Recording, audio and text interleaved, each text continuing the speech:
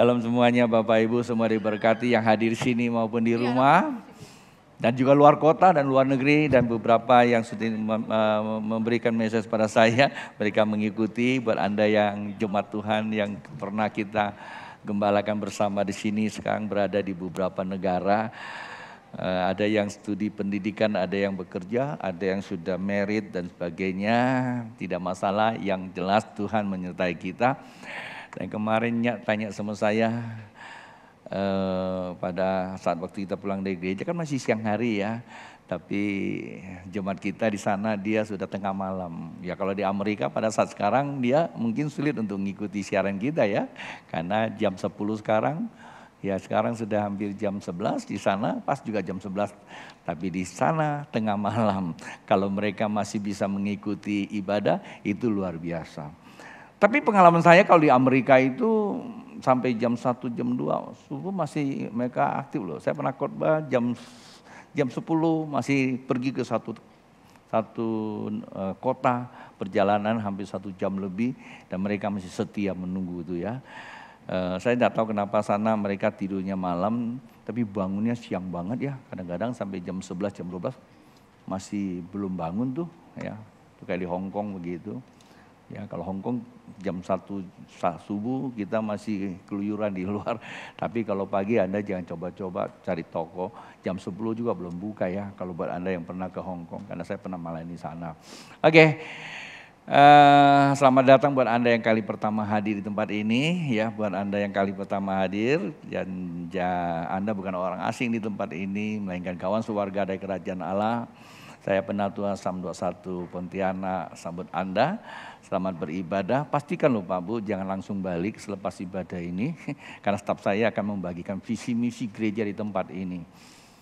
Ya tentu demikian juga kami ingin ambil bagian dalam doa. Jikalau Bapak Ibu mempunyai pergumulan, isi formulir doamu. Demikian juga tidak buat Anda yang sudah jemaat Tuhan di tempat ini yang sering hadir.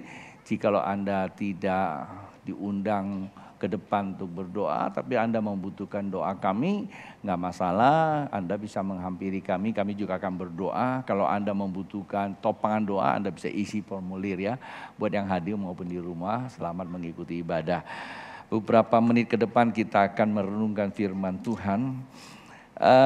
Lagu tadi ya, dari 2 lagu yang kita nyanyikan tadi, sebenarnya tema tahun depan itu adalah hidup bercahaya bagi kehidupan.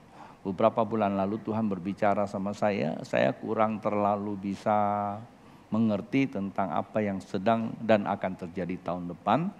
Namun hari demi hari kebelakangan ini semakin terbuka, semakin jelas saya bisa melihat cara Tuhan melihat tahun depan, kondisi dunia. Tentu sebagai hamba Tuhan tidak boleh masuk kepada hal yang menakutkan. Walaupun toh hidup ini juga sangat menakutkan. Kehidupannya maupun kita sendiri juga kadang-kadang ya bisa menakutkan juga gitu loh ya. Itulah sebabnya supaya kita bisa jadi berkat, Tuhan mengundang kita selalu ya. Dia bilang, come follow me. Ya, datang ikut saya. Berapa dia kita mengikut Tuhan? Tentu kita ngikut Tuhan tidak sekedar cuma hanya jalan-jalan. Ya, pada saat Tuhan katakan come, kita respon saja ya, kita respect lalu kita meresponi ada sesuatu yang Tuhan mau titipkan buat kita semua.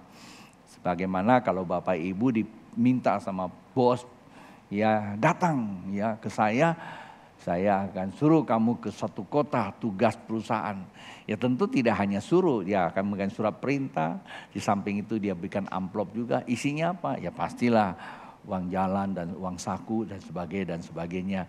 Seperti itu kan? Ya dalam kehidupan saja kita mengerti bagaimana di dalam Tuhan.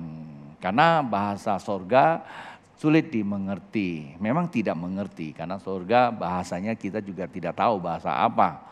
Namun yang satu hal saya tahu, Tuhan menggunakan bahasa yang Anda dan saya mengerti. Gak ada gunanya sorga dengan bahasa yang tinggi-tinggi kalau kita gak ngerti ya. Berarti Tuhan akan bahasa dalam batin kita. Kita bisa mengerti Dan bukan saja kita mengerti, karena itu kita perlu mengerti. Ya, jadi bukan seakan mengerti. Pada saat pengertian itu ada di dalam batin kita, maka dia akan menstimulasi. Kata stimulasi mengerti ya, dia akan menguatkan. Sehingga terjadilah sebuah reproduksi, ya semakin hari semakin ya ada istilah di dalam sebuah ilmu disebut resiliensi, tahu ya, nama resiliensi ya. Saya mesti berikan contoh. Anda pernah lihat batang pisang?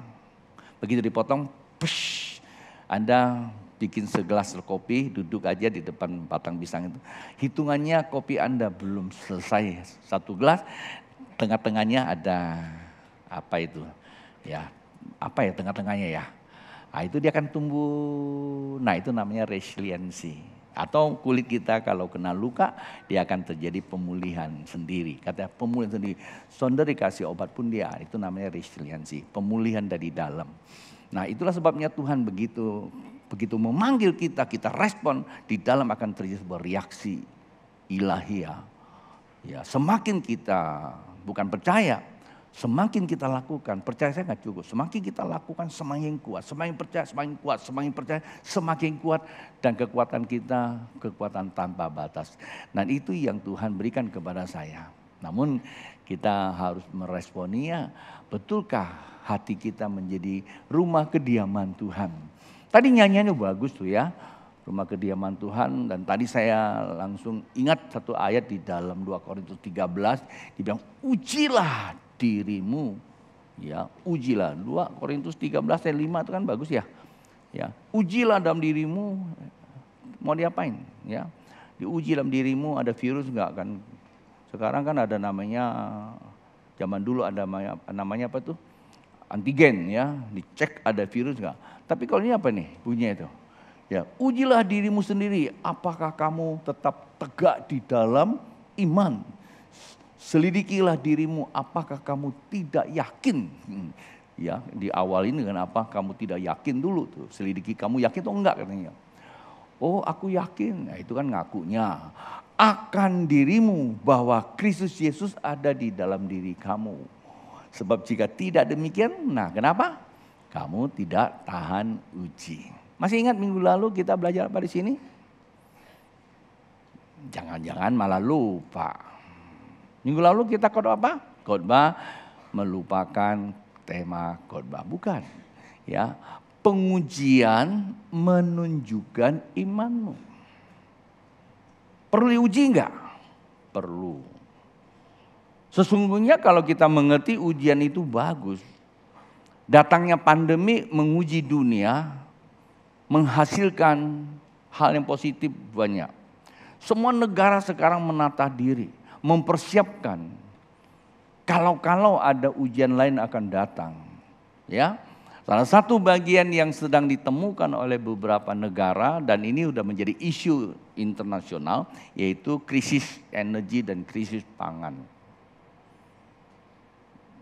Sebagian Bapak Ibu di sini mungkin belum pernah ngalami, walaupun usia saya mau bilang tua-tua banget enggak. 65 tahun ya, tahun 64 sebenarnya. Lahir ya. Jadi kalau dihitung usia lahir 65. Kalau usia kalender 64. Tapi di usia anak-anak saya pernah mengalami krisis pangan. Tahun 60-an ya, waktu zaman Ganevo, masih ingat ya? Sebagian mungkin lupa sini. Makan apa? Makan jagung, makan ubi. Dan dulu kita semua nggak berani makan ubi, habis makan perutnya buncit, ya katanya angin. Tapi justru di hari-hari terakhir ini beberapa negara sedang menguji bahwa makanan singkong, bukan uji ya, ubi kayu itu singkong, itu makanan pokok yang cukup bagus, bisa menjawab dua dimensi, ya dua wilayah, dua kutub. Timur dan barat. Kalau barat kan banyak kan gandum, timur ya beras gitu ya. Nah di tengah-tengahnya ini ya singkong katanya. Saya tidak masuk ke wilayah singkong lah ya. Tapi kenapa? Artinya memang ada krisis pangan. Energi sekarang sedang menguji energi alternatif, energi terbarukan. Saya berdoa, Tuhan bilang satu hari akan ada energi terbarukan yang datang dari Tuhan. Ya kita kembali ke Taman Eden lagi dong. Taman Eden tidak ada minyak. Tidak ada minyak dari fosil. Dan zaman batu pada waktu itu, mula-mula ya pada masa itu energinya ada energi matahari. Karena Tuhan menciptakan matahari memperlengkapi kehidupan. Ya. Walaupun sebelum matahari ada, sudah ada terang ilahiyah. Sebelum Tuhan menciptakan matahari, semua unsur kehidupan sudah ada. Di hari keempat baru matahari diciptakan. Artinya matahari itu sebagai kelengkapan daripada terang. Ya, untuk menerangi, untuk masak dan sebagainya. Zaman dulu ketika manusia pengen mengembangkan ya kedagingan manusia, pengen mengembangkan pengetahuannya. Saya selalu katakan ilmu pengetahuan itu tidak salah. Yang salah itu adalah karakteristik manusianya. Keinginan kita tanpa didasari kebenaran itu cenderung menyesatkan kita. Nah memang pada saat itu kenapa? Keinginan manusia itu disesatkan oleh iblis. Ya. Di zamannya Adam dan Hawa, mereka ingin seperti Tuhan. Maksudnya ingin seperti Tuhan apa sih? Mereka takut. Memang manusia itu cenderung takut hari esok. Ada apa? Ya. Ketika kita takut hari esok ada apa, kita telah keluar dari janji Tuhan atau kehidupan keilahian Tuhan itu kerajaan Allah. Kehilangan kerajaan Allah itu karena kita takut hari esok. Kalau kita mengacu kepada firman Tuhan, Tuhan bilang jangan kamu khawatir hari esok loh. Kenapa? Karena hari esok punya masalah sendiri. Berarti setiap hari ada masalah. Coba kasih tahu samping kiri, tiap hari ada masalah loh. Nah, bagaimana kita melihat masalah itu sendiri? Nah, kalau kita melihat masalah itu datang untuk mendera kita, menyiksa kita, ya matilah karena pandangan kita yang menentukannya. Tapi kalau masalah itu datang memang mau menguji kita supaya di dalam diri kita ada Kristus nggak masalah. Perlu diuji terus ya. Kalau nggak diuji kan kita tidak tahu. Di Alkitab kan ada dua. Kejatuhan itu karena ego manusia, itu Taman Eden. Yang kedua sebagai satu contoh adalah hamba Tuhan yang kita kenal. Sekali khotbah 3.000 orang bertobat, itu Petrus. Dan dia berjalan sama Yesus loh. Pernah mengalami kemuliaan yang luar biasa. Bapak Ibu, nggak ada orang yang Superman. Jangan jadikan diri kita Superman lah. Baik pendeta maupun jemaat Tuhan. Dengan apa kita menjadikan kita hebat? Uang, nggak salah punya uang Pak, nggak salah punya titel, nggak salah punya pangkat, nggak salah ganteng atau cantik, itu semua kasih karunia. Yang salah itu kalau kita tidak menteropong dengan kebenaran sehingga semua itu menyesatkan kita. Itu kan di Kejadian. Lalu pada saat waktu Petrus mengalami kemuliaan Tuhan yang luar biasa, bahkan Tuhan yang muji loh, bukan pendeta yang muji dia, bukan manusia yang berkata pada kau, melainkan Bapa di sorga mengerti kebenaran. Tapi selang berapa lama kemudian ditangking sama Tuhan. Nyala engkau iblis. Ini bukan bercanda bro, ini benaran. Artinya di dalam diri Petrus itu sudah ada penyesatan. Lalu kenapa terjadi penyesatan kalau Bapak Ibu baca Alkitab di dalam Matius pasal 16 ayat 20 sampai 23. Karena Tuhan punya arah, tapi manusia punya arah. Ketika arah kita bersimpangan, ya, saat waktu bersimpangan dengan Tuhan, dan itulah menjadi rumah kediaman setan. Maka perlu diuji terus. Jadi tiap ada masalah itu bagus. Saya dapat informasi, ya. Satu hari ada seorang bapak marah sama Pak Pendeta. Marah, akhirnya pindah gereja. Kenapa marah?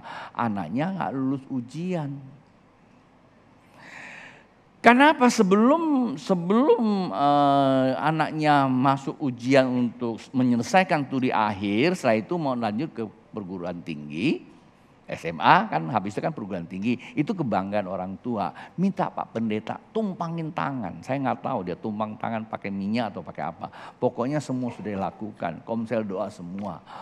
Lalu ya waktu saat ujian nggak lulus, alias mesti tunda lagi 1 tahun. Gurunya dimarahin, sekolahnya dimarahin, pendetanya dimarahin, gereja dimarahin. Nggak tahu Tuhan dimarahin, pindah gereja lagi. Dia pikir dia menang. Setelah diselidikinya, lo anaknya nggak mau belajar.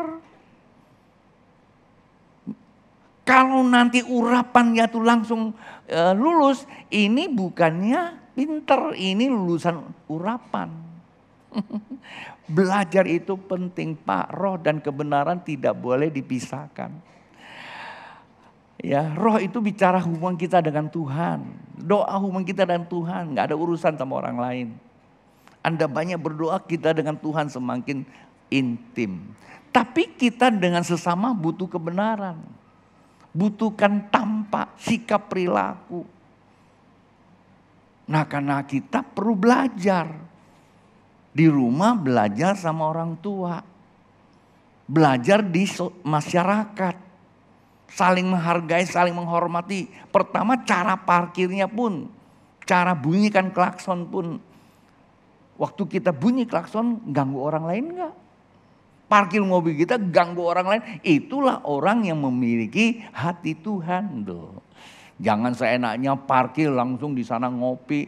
Orang mau berhenti kagak bisa lalu datang. Pak maaf mobilnya ganggu saya punya rumah. Sebenarnya sih sederhana sekali, nggak apa-apa sih. Tapi Anda tahu nggak itu sebuah kesalahan, maka selalu uji. Nasihat seperti ini nggak enak memang di gereja, ya. Tapi biasanya orang tua suka nasihati. Itu pun kadang-kala kita tidak mau dengar, oke?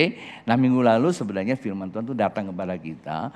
Pengujian itu menunjukkan kualitas iman kita. Lalu minggu ini kita mau bicara apa? Saya berdoa sama Tuhan. Tuhan saya tidak mau berkhotbah. Kalau saya cuma hanya khotbah ilmu pengetahuan. Sebab saya pun bukanlah orang yang terlalu hebat-hebat banget ilmu. Tetapi jemaat sini adalah orang-orang pintar semua. Saya berjumpa dengan Anda bukan orang-orang biasa. Orang yang berpendidikan. Ya, ada dokter, ada insinyur, ada sarjana hukum. Dan punya pengetahuan. Kalau saya cuma berbicara pengetahuan, kita hanya counter pengetahuan. Lama-lama kita berdebat soal pengetahuan. Tuhan saya mau firman yang jelas Tuhan tuliskan itu. Karena firman itu punya kandungan. Ya, firman itu unsurnya adalah kebenaran. Udah jelas. Injil, ya itu kekuatan Allah. Nyata kebenarannya. Nah kebenaran itu kita butuhkan. Tetapi ingat kebenaran itu merupakan menjadi apa? Menjadi algoritma kita berhubungan dengan dimensi. Dimensi ilahiyah, dimensi roh. Roh itu bukan kita cuma manggil, Tuhan datang. Gereja karismatik adalah gereja yang cenderung menyesatkan orang. Yang ngomong karismatik kan enak. Kalau saya bukan karismatik besok saya ditegur. Iya, karena ajarannya itu terlalu memudahkan seakan-akan cuma teriak gitu. Tuhan sudah datang. Kalau memang begitu hebat karismatik teriak-teriak Tuhan datang, dunia sudah damai. Toh yang banyak gereja pecah, gereja karismatik. Ya kan? Teriak kencang besok-besok cerai, pisah. Saya bukan lagi marah-marah gereja karismatik. Gereja karismatik itu ini memang gerakan Tuhan juga. Hanya saja kurang masuk di dunia pendidikan, pemuritan. Karena kekristenan itu asalnya itu pemuritan. Saya senang dengan gereja sahabat saya, Abba Love. Sampai hari ini pendidikan yang diajarkan itu terus pemuritan, nggak bergeser. Coba Anda ikuti deh, ya. Itu teman-teman saya semua itu, pastor-pastor seniornya itu. Saya kadang dengan khotbah itu lagi. Satu hari Tuhan tegur saya, memang itu ya aku katanya. Kalau kita kan, wah teori demensia, Rechelia, apalagi Natalia mungkin ya. Terlalu banyak sana bikin orang kagum gitu. Tapi nggak dapat apa-apa. Ya, jadi dasar kita harus dimuridkan.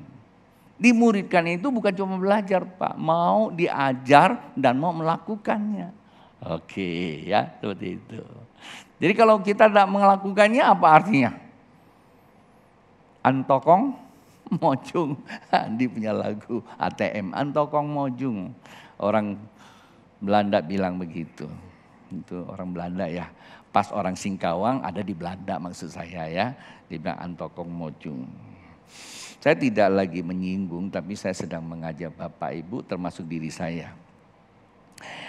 Mari kita lihat minggu ini saya diingatkan Tuhan kuat dalam pengujian hidup. Jadi kuat menghadapi pengujian. Kalau minggu lalu pengujian itu menunjukkan iman kita. Minggu ini adalah kuat dalam pengujian hidup. Jadi kalau Alkitab katakan kuat dalam pengujian hidup, ya bisa lemah. Kalau lemah, hidupnya lemah. Redup tadi bang, redup cahayanya. Kalau redup cahayanya, ya Anda tidak bisa menerangi kehidupan ini. Ya memang kita hidup di Pontianak sekarang sudah sangat luar biasa. Kasih karunia Tuhan sudah jarang mati lampu ya. Jarang mati lampu. Tapi coba sekali-kali iseng di rumah matiin lampu gimana? Kalang kabut kita. Internet mati, semua mati. Ya kan? AC mati ya. Akhirnya kita semua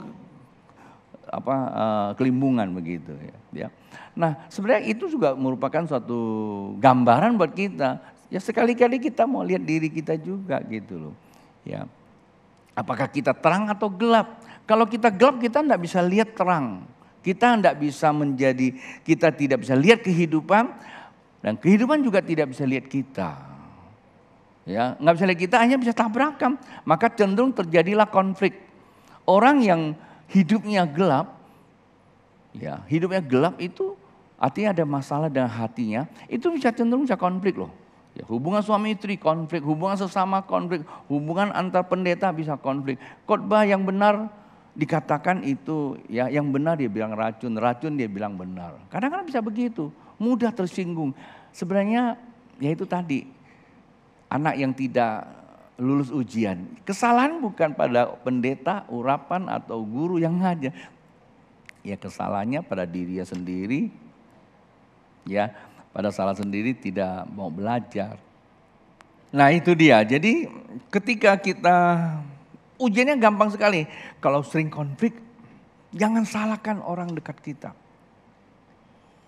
Saya umpamanya, kadang-kadang samanya kita sering selisih pendapat. Kesel juga kadang-kadang gitu. Terus saya coba duduk, ada apa di hati saya? Saya ke dalam dulu. Kita bisa menyalahin orang aja kan. Kamu sih. Ya di luar kita semua salah. Kita jadi dewanya. Kita jadi malaikat. Nah itulah keburukan manusia. Jadi cek dalam dulu.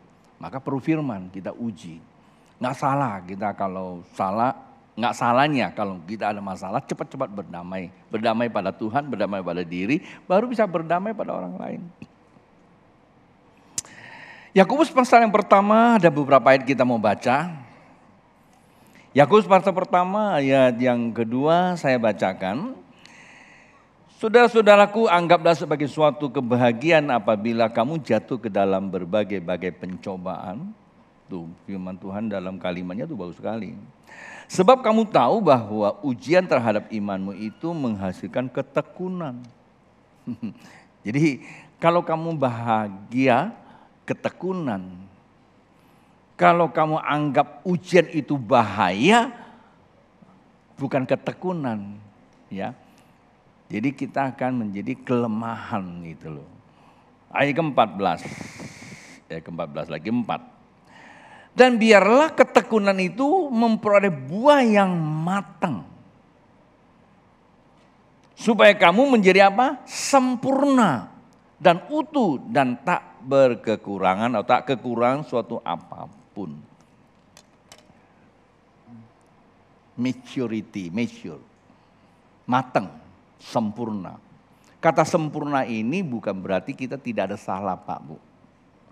Orang yang sempurna itu bukan berarti dia itu seperti apa? Sempurna kita di sini digambarkan emas. Emas sempurna bukan berarti emas tidak bisa rontok.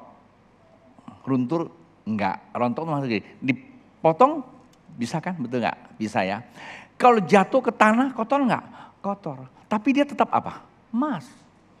Coba kalau emas imitasi. Maka itu kesempurnaan itu tidak boleh imitasi, haruslah manifestasi. Kekristenan itu cenderung, cenderung itu imitasi. Lihat orang apa ngikut gitu, itu imitasi. Bisa gak sih? Bisa, kita cuma mengadopsi, menggunakan kemampuan orang, kita mengelaborasi atau kita mengeksplorasi diri kita.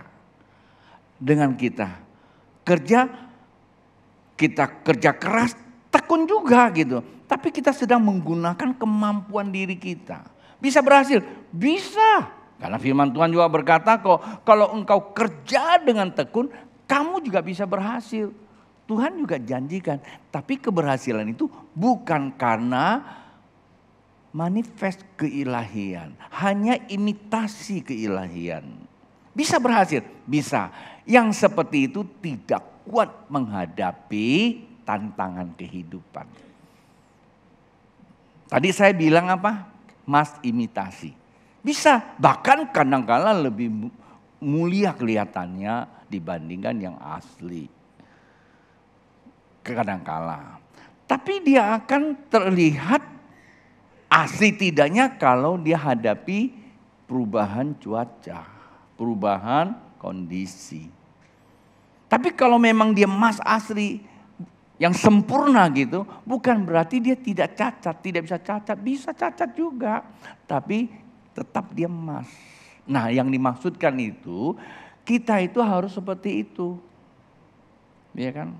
Diuji, asli enggak keimanan kamu.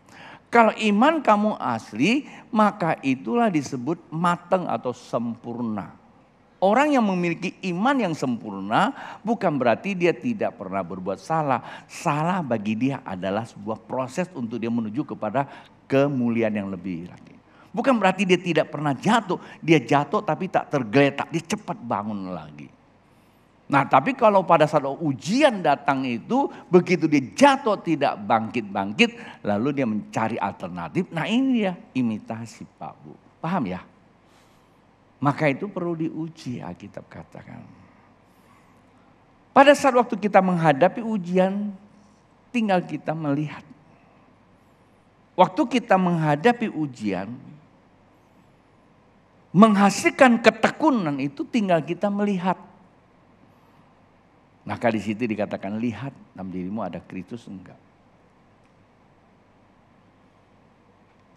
Tuhan bilang, kamu lihat, jangan lihat besok dengan ukuran hari ini. Sebab besok ada kesulitannya. Tiap-tiap hari itu ada. Berarti tiap hari kita itu diuji. Namun lihatlah dirimu. Milikikah iman yang sempurna itu? Kalau kamu memiliki iman yang sempurna itu, maka kita akan semakin tekun di dalam Tuhan. Kan begitu bunyinya. Kalau kita memiliki iman yang murni, manifestasi ilahiyah ada dalam diri kita, maka pada saat ujian datang kita semakin tekun tuh. Ketekunan justru meningkatkan pengharapan.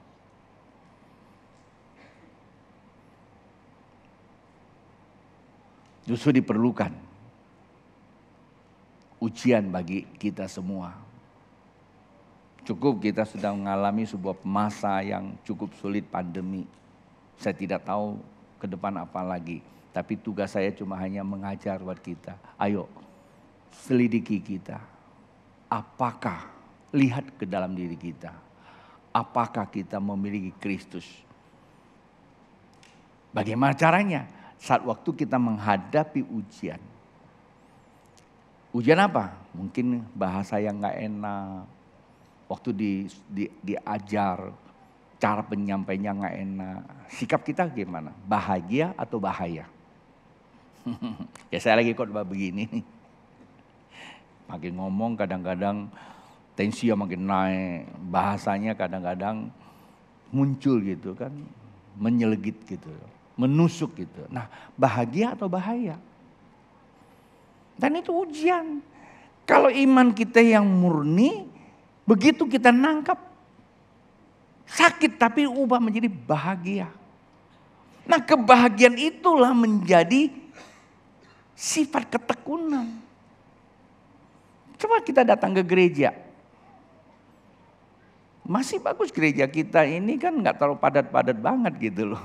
Ya, coba kalau Anda sudah pada satu masa padat semua, datang terlambat tempat sudah nggak ada. Itu juga sebuah ujian. Anda duduk empet-empetan, tas nggak bisa taruh lagi. Terkadang suami istri harus duduknya pisah. Saya pernah tuh ke gereja. Saya nggak mau lapor siapa saya. Kalau saya lapor, karena teman punya gereja kan, pasti dia akan cari tempat yang paling bagus. Akhirnya kita harus duduk pisah. Nah, pada saat itu bahagia atau bahaya? Kalau kita mau cek, apa nih gereja? Masa kami dipisah? Yang salah geser kayak itu. Nah, itu bahaya. Akhirnya kita nggak punya ketekunan ada di situ. Tidak punya ketekunan terus berhubungan dengan orang itu. Ini salah satu contoh. Dalam hal apa? Kerja sama juga. Kalau kita menghadapi kesulitan ekonomi, bagaimana cara kita memandang? Bahagia atau bahaya? Waduh, bensin naik ini. Jadi mobil listrik, nggak salah sih, kenapa tidak? Nanti kalau udah punya mobil listrik, waduh nggak ada tempat charger. Charger nggak ada. Cari mobil yang hemat. Lebih bagus nggak usah pakai mobil, jalan kaki gitu. Ada yang tanya saya, gimana dengan bensin naik? Persoalan apa dengan bensin? Dia mau naik, yang penting saya bisa bayar, itu aja udah. Dari dulu juga begitu. Pertama kali saya naik kendaraan, pertama kali saya bisa naik kendaraan itu motor. Bensin itu Rp70. Rp70. Tahun berapa? Tahun 70-an tentunya juga. Rp70. Sekarang sekali isi 14.000 sekian. Pertama karena mobil saya nggak bisa makan yang biasa punya. Ya kan? Terasa banget gitu loh. Ya. Sementara uang bensin sudah nggak dikasih. Dulu masih dikasih uang bensin dari gereja. 5.000 tuh. Erna nggak tahu di mana dia. Sekarang nggak tahu tiba-tiba uang bensin saya juga nggak dikasih. Mau ngomong kagak enak. Saya lihat dia bilang, "Beh, kita divisi terus nih." Ya udahlah, potong uang bensin. Paling uang makan, ya kan. Nah masalah, mobil saya masih jalan. Nah, bagaimana kita menghadapi situasi seperti itu? Bahagia atau bahaya? Kalau kita menghadapi itu dengan bahagia, kita tetap tekun gitu loh. Nah, ketekunan itu akan membuka apa? Pengharapan yang baru. Yang pertama, ya saya tutup. Cara kita melihat kalau menghadapi ujian. Supaya kita tetap tekun ya. Kita buka Amsal pasal 23 yang ke-7. Ya ini bagus nih. Amsal 23 ayat yang ke-7. Sebab seperti orang membuat perhitungan dalam dirinya sendiri, demikianlah ia. Nah, hanya ini aja sih sebenarnya udah cukup. Tapi gak apa-apa kita baca habis ayat. Silakan makan dan minum katanya kepadamu, tetapi ia tidak tulus hati terhadapmu. Nah, saya berikan sebuah ilustrasi buat Anda. Ini teman saya yang kasih ilustrasi. Ya, entah benar atau tidaknya ya ilustrasi seperti ini. Satu hari dia berjumpa dengan serombongan namanya akrobat. Akrobatik tahu ya. Nah mereka itu naik, apa itu namanya, naik tali. Tali itu menyeberang ke satu gunung. Dari sini ke sana kurang lebih mungkin ada 30 meter lah gitu. Nah dia pakai tongkat. Itu bapak udah tua banget gitu, dia jalan nyebrang sana. Wih semua tepuk tangan. Hebat loh. Pernah dia naik begitu enggak? Sering kali ada ya. Apakah itu rekayasa? Saya juga nggak tahu. Karena saya sering lihat ya hanya di film aja. Nah, teman saya cerita dia di Thailand dia lihat gitu. Dia nyebrang. Ditepuk tangan, balik lagi. Wah semua. Lalu dia siapa yang berani saya gendong. Ayo. Kalau Anda yang diminta gimana? Berani gak digendong sama dia? Lihat aja ada ngilu apa dia gendong. Tiba-tiba ada satu anak kecil dari tengah keramaian. Saya berani. Wih, digendong sama dia dan jalan. Nyebrang ke sebelah sana. Wah, ditepuk tangan. Sekarang yang orang tepuk tangan siapanya? Bukan yang ini. Kok berani ini anak? Itu kalau meleset jatuh ke bawah selesai itu barang. Tepuk tangan balik lagi. Wah, wartawan tanya. Nak, kok kamu berani? Iyalah saya berani. Karena yang main sulap itu, yang main takraw itu bapak saya. Udah tiap hari saya lakukan gitu. Nah, Alkitab bilang saat waktu kita diuji, jangan lihat masalahmu, lihat dirimu. Seberapa aktivitas kamu terhadap kebenaran firman itu sendiri. Kalau kamu melihat, waduh ada masalah datang, mati nih gue. Ya udah, tunggu mati aja. Bener. Kalau kita lihat masalah, celaka tahun depan, semua naik. Toko gue lagi sepi, utang masih banyak. Kalau kita sudah terus mengukur akan datang dengan kelemahan kita, kita akan semakin lemah. Jadi lihat diri kamu siapa. Status kita itu dulu. Minggu lalu kan saya coba mengajak kita melihat anak yang terhilang. Masih ingat cerita anak terhilang ya? Saat waktu dia punya keinginan ambil haknya, dia kehilangan kebenaran, maka dia keluar dari pembapaan. Hebat nggak? Hebat.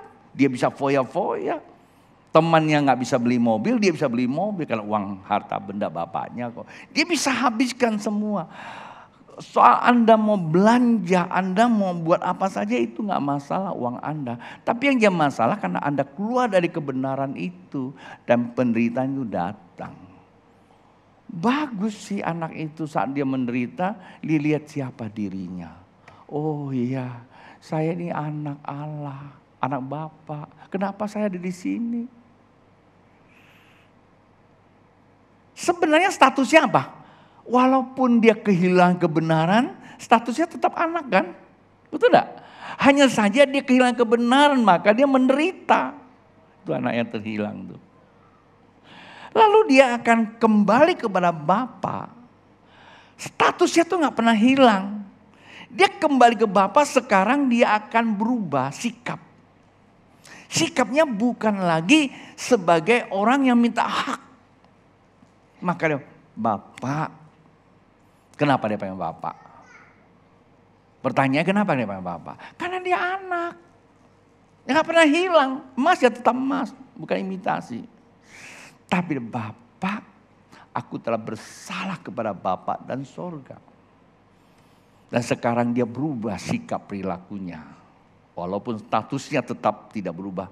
Dia punya sikap hamba. Kata hamba itu ada seorang pekerja yang mau melakukan tugas. Kadang-kadang kita mengaku hamba Tuhan. Kadang-kadang kita mengaku kita ini anak Allah. Memang betul. Tapi jangan lupa anak Allah itu hubungan roh.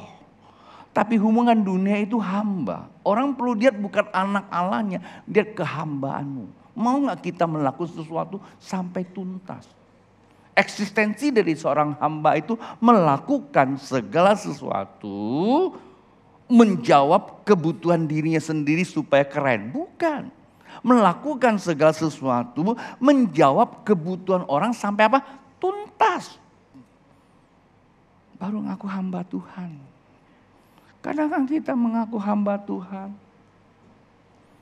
Tapi dikasih tugasnya gak susah-susah. Enggak dilakukan tapi tidak merasa bersalah. Saya kadang-kadang berpikir, Kalau masih bisa hidup bernafas itu, masih bisa pakai baju, itu anugerah Tuhan begitu besar. Kalau penghukuman belum datang kepada kita, artinya apa? Tuhan masih menunggu kesempatan buat kita untuk bertobat. Boleh bilang sama samping kiri kananmu, kayaknya Tuhan lagi ngomong sama saya tuh. Ya Pak ya. Yang pertama, lihat diri kita sendiri. Jangan lihat orang lain kalau menghadapi sesuatu yang sulit di dalam hidup kita. Yang kedua, nah ini biasa kita baca ayat ini. Yeremia pasal 29 ayat 11. Sebab aku mengetahui rancangan-rancangan apa yang ada padaku, mengenal kamu, kata Tuhan. Demikianlah firman Tuhan, yaitu rancangan damai sejahtera dan bukan rancangan kecelakaan, untuk memberikan kepadamu hari depan yang penuh apa? Pengharapan. Tadi saya nanya ke Roy, lalu anak saya coba cari Google. Saya lupa seorang olahragawan bernama John Stephen Akhwari. Tahun 68 dia seorang pelari maraton. Diutus dari suatu negara, Tanzania. Tanah kecil dalam olimpiade di Meksiko. Begitu starting permulaan berapa jarak jauh, kakinya ngalami cedera. Tantangan datang. Biasanya kalau kita ngalami cedera gimana? Ya istirahatlah. Ya diutus dari negara, uang dibayar sama negara, sekaligus istirahat kan lumayan juga. Tapi bukan karakter seorang hamba. Seorang hamba bukanlah berapa hebat dia melakukan tugas, tapi menyelesaikan tugas lebih penting. Maka dia walaupun kakinya cedera, dia buka sepatunya. Anda lihat itu benar loh, bukan cikris. Ini bukan cerita dongeng ya. Dia jalan menyelesaikan peraturan maratonnya. Sehingga harus menyelesaikan finishnya itu sudah matahari maghrib, semua penonton sudah pulang. Dan tiba-tiba wartawan melihat dari jauh sana masih ada satu peserta yang jalannya sedang bertati-tati. Tenteng sepatu, darahnya bercucuran. Lalu ditanya, kok Bapak tetap tekun menyelesaikan maraton ini? Negara saya kirim saya ke sini bukan menuntut saya sebagai juara. Negara saya mengutus saya ke sini menyelesaikan tugas apa yang harus saya lakukan. Dan sampai hari ini dia menjadi monumental, ikon dari setiap olimpiade soal maraton. Seorang yang benar tidak perlu menjadi Superman, yang penting bisa menjadi dampak. Kalau kita menghadapi ujian, kata Tuhan, ujian itu bukan rancangan Tuhan. Tuhan tidak pernah merancangkan kecelakaan. Tuhan tidak pernah merancangkan pandemi buat kita. Tapi jangan kita melihat pandemi lalu kita stagnasi. Begitu kondisi iman kita stagnasi karena pandemi, kita tidak mau ke gereja. Kita mengisolasi kabar kebaikan untuk orang lain. Kita tidak sadar bahwa tetangga kita sedang ngintip kita. Seberapa keberadaan kita. Kalau tiba-tiba kita nggak pernah mau ke gereja lagi, kita cuma hanya nonton televisi, kita menjadi iman online. Pak, Bu, apakah salah? Saya tidak membicarakan soal salah. Tapi tetangga kamu akan bilang, dulu dia rajin bilang Yesus hebat, Yesus hebat. Sekarang dia yang hebat. Hebat bohongnya. Jadi apa sih maksud saya? Jangan kamu melihat penderitaan, lihat tujuannya. Alkitab katakan penderitaan bukan rancangan Tuhan, tapi rancangan kita masa depan penuh pengharapan. Pak Bu, setiap kita punya pengharapan kan? Jadi anak Tuhan punya pengharapan enggak? Lihat itu aja. Baru satu toko disita. Seperti sudah kiamat. Walaupun toko disita habis. Pengharapan Tuhan tidak pernah selesai dalam hidup kita. Kadang-kadang kita terlalu bodoh terhadap dunia ini. Kita disandra oleh kondisi. Kemarin Roy bilang sama saya, bagus dia. Dia bilang pada saat itu seorang pemain ski katanya. Dan kecepatan itu bisa sampai 100, mungkin ada ya 100 km per jam. Itu ada pohon semua. Anda tahu kalau dari atas turun, tabrak pohon mati loh. Tapi seorang pemain ski, dia tidak mau melihat pohonnya. Yang lihat tujuannya adalah menyelesaikannya. Wow. Akhirnya dia kecapai finish. Masalah terlalu banyak untuk kita lihat. Anda mau sukses dalam dunia, kadang-kadang kita nyimpan luka. Kita kalah duluan. Yang kedua, lihat tujuan Allah memanggil kamu. Yang pertama lihat diri kamu. Status kita anak. Yang terakhir, agak bernapas sedikit ya terakhir ya. Roma pasal 5 ayat 3 berkata demikian. Dan bukan hanya itu saja, kita akan malah bermegah juga dalam kesengsaraan kita. Karena kita tahu bahwa kesengsaraan itu menimbulkan apa? Ketekunan. Dan ketekunan menimbulkan apa? Tahan uji. Dan tahan uji menimbulkan apa? Pengharapan. Dan pengharapan tidak mengecewakan. Karena kasih Allah telah dicurahkan di dalam hati kita oleh Roh Kudus yang telah dikaruniakan kepada kita. Amin. Pak Bu, menghadapi tantangan menderita gak sih? Saya masuk ke Pontianak, penyakit saya belum sembuh banget tahun 92. Saya masih harus konsumsi obat. Menderita banget saya harus ke Pontianak. Belum lagi dihadapkan situasi di Pontianak yang saya gak gitu jelas. Karena saya belum pernah tinggal di Pontianak. Makanan yang gak cocok. Airnya pun saya gak cocok. Kadang asin. Udaranya juga gak cocok. Kadang asap. Apalagi saya tinggal dekat sungai.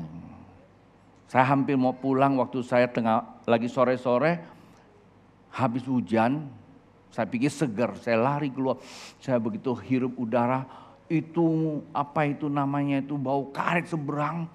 Wah, saya bilang apa bisa ditinggal kota ini. Tapi karena ada tugas, saya tahu orang Pontianak butuhkan Tuhan lewat saya. Penderitaan ada. Tapi saya tidak jadikan penderitaan menghambat saya. Yang saya lihat dalam penderitaan cuma satu.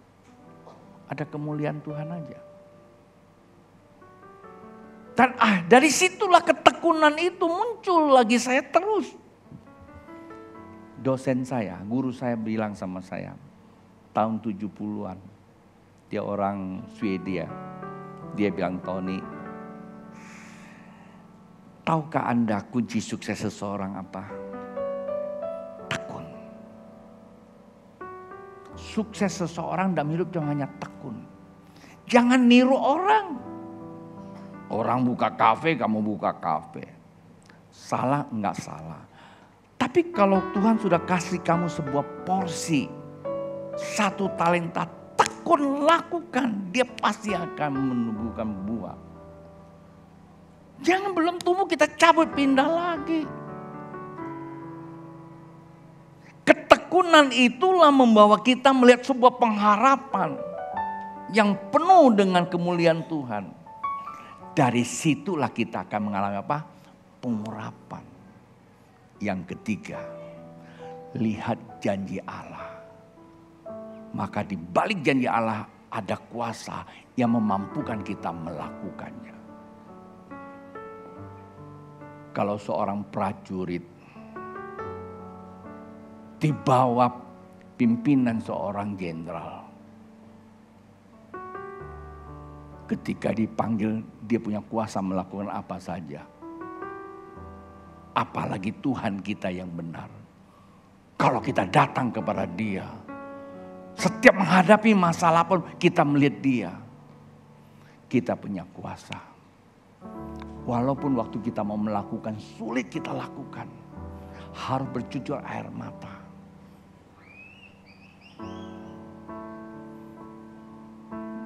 Benar. Pandemi,